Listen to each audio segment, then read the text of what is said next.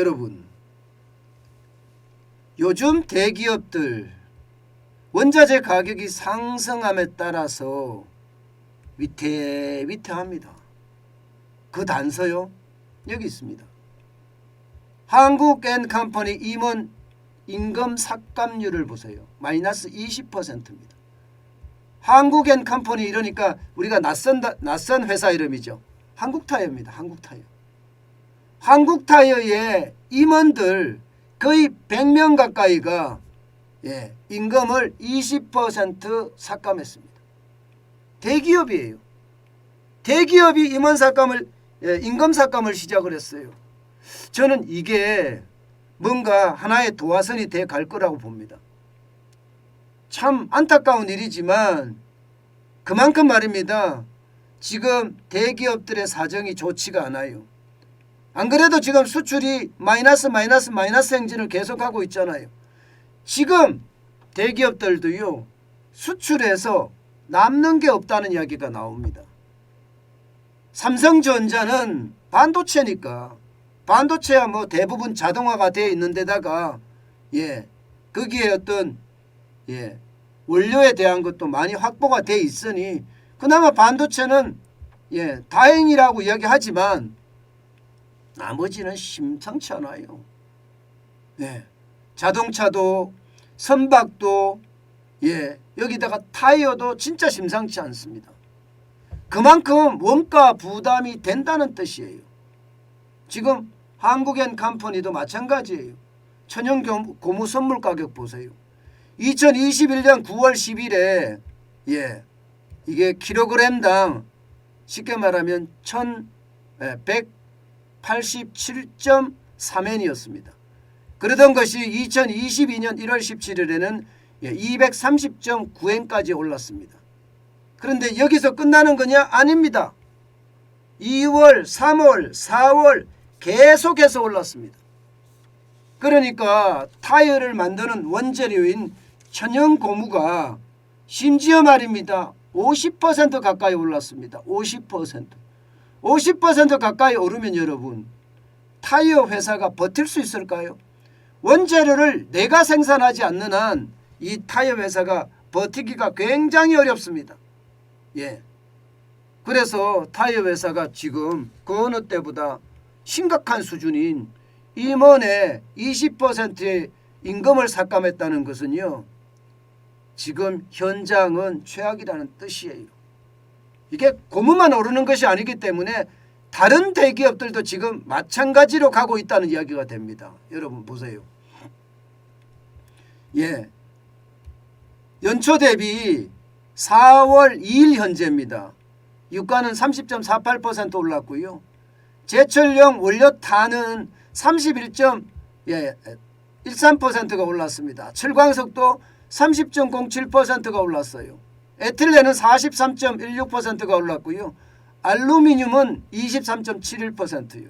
그리고 니켈은 58.22%입니다.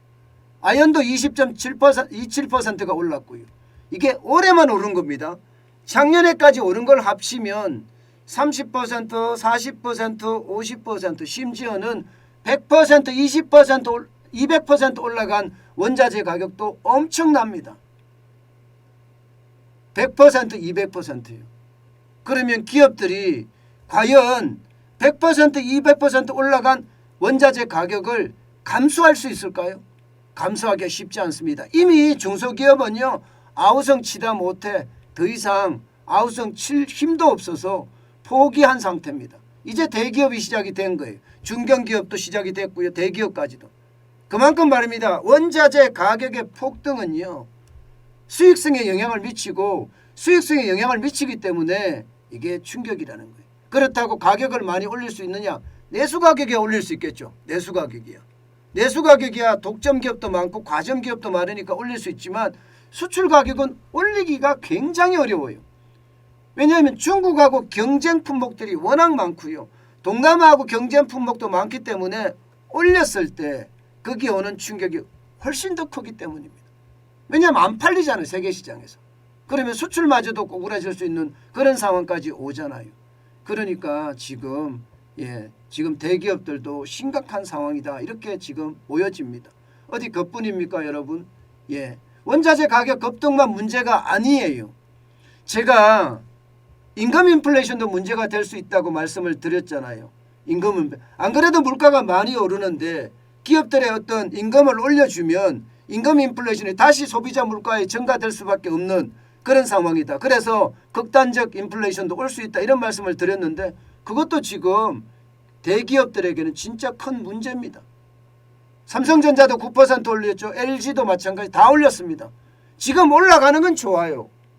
아니 뭐 월급에 많이 올라가니까 좋죠. 기분 좋은데 문제는요. 물가를 폭등시키고 우리의 삶의 질까지도 망가뜨릴 수 있다는 거. 왜 이거는 모를까요? 진짜 책임 없는 사람들이 많거든요. 노조 특히 책임 없습니다. 올려달라 올려줘서 인플레이션 많이 나면 인플레이션 왜 이렇게 많이 나냐 하고 또 정부 비난하고 난리를 칠 거예요. 그런데도 불구하고 지금 임금 인플레이션 감당하기 쉽지 않고요. 여기다가 이자 부담도 만만치 않습니다. 앞으로 계속 올라갈 거니까요. 수출 부진은 뭐 말해 못하겠습니까? 지금 수출 부진은 심각하죠. 그러니까 말입니다. 대기업들이 지금 여러분 어제가 5월 5일입니다. 5월 5일인데도 긴급 사장단 회의를 개최할 정도로 지금 대기업들이 쉽게 말하면 옴짝 지금 뭐라 그럴까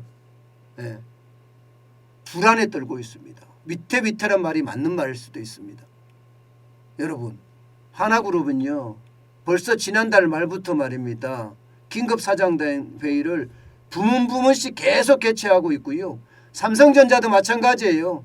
네트워크 사업부에 공급망 리스크가 없는지 살펴보고 거기에 대한 대응책을 마련하는 조직까지 신설했습니다. 공급망 리스크 관리팀. 현대중공업은요. 핵심 계열사 10곳 대표가 모여서 긴급사장단 회의를 했고요. 지금 이 정도예요. 시장에 대한 위험은 굉장히 커졌다는 이야기가 됩니다. 이것은요 여러분 우리가 단순하게 받아 넘길 수 있는 이야기가 아니라는 거예요. 여러분 생각을 해보세요.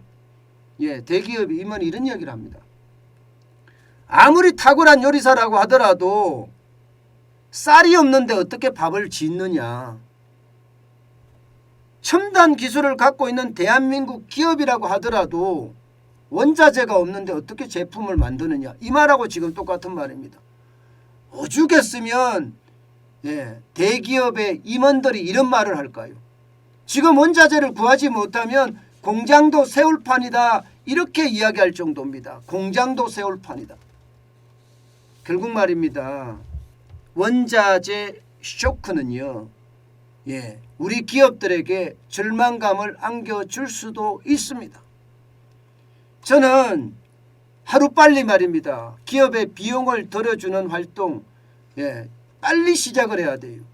기업의 비용을 덜어주는 게 뭐예요? 제일 먼저 덜어줘야 될 게 최저임금 인상한 부분이라든가 법인세 올린 거라든가 주 52시간제라든가 지금 빠르게 대처하지 않으면 여러분 시장에 대한 위험 굉장히 커질 거예요. 게다가 더불어민주당은요. 이런 걸 모르는 사람들이에요. 그들은요. 기본적으로 말입니다. 국가나 민족에 대한 개념이 저는 없다고 봐요. 그분들이 민주화 운동을 했다고 이야기를 하지만 지금 하는 행태를 보면요. 오히려 국가를 합법적으로 파괴하는 느낌이 들거든요. 저는 그런 차원이라면 결국 윤석열 정부의 몫일 텐데 이거 뚫고 가기가 진짜 쉽지 않을 겁니다. 그렇지만 빠르게 지금 원자재 쇼크를 대비하지 않으면요. 저는 기업들이 줄줄이 무너질 수도 있다는 생각 저는 해봅니다. 진짜 심각하게 저는 느끼고 있습니다.